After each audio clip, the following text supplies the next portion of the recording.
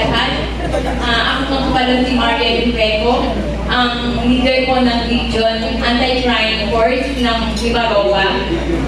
Region po. Andito rin po yung mga kasamahan namin sa Manila at doon po sa Bayan ng Oriental Mindoro. Ito po ang aking katanungan para po sa ating Senator Atty. Vic Rodriguez. Bilang kami po ay naimbita dito, kami rin po ba ay gagawin ninyong campaign coordinator sa aming lalawigan? Sa tingin ko, malinaw naman ng inyong ginagawang pag-organisa sa pamumuno ni Yusek Petben na tayo lahat ay nagkakaisa, magkakaroon ng mga respective tasking o assignment pagbalik po ninyo sa inyong mga lugar at yes, tutulungan ang ating kampanya. Maraming salamat po. Makakaasa po kayo na hindi ko ay tutulong po sa inyo sa inyong kandidatura. Ito po ang pangalawang tanong.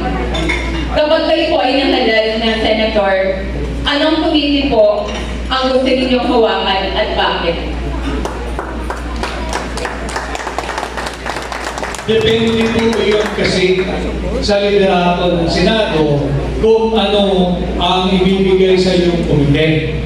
Subalit kung mamarapati na tayong tanungin bilang senador ninyo, hingin natin yung blue ribbon para imbestigahan natin ang mga magnanakaw sa Marcos administration. Imbestigahan natin kasama yung komite ng Dangerous Drugs and Peace and Order, yung mga adik na gobyerno. Imbestigahan natin yung mga smugglers ng agricultural products. Bulatan natin yung record ng bawat ahensya na patuloy na nagpapahirap sa mamamayang Pilipino. Ito na lang po para question.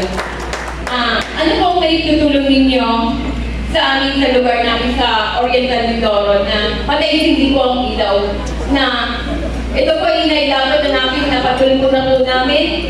Kayo po ay makakalal na senador na sana po ay matulungan po ninyo ang Oriental Mindoro. Isa ka po sa maraming mga turista lumarayo. Kaya ngayon ay lumiliit dahil hindi po yung aming lugar.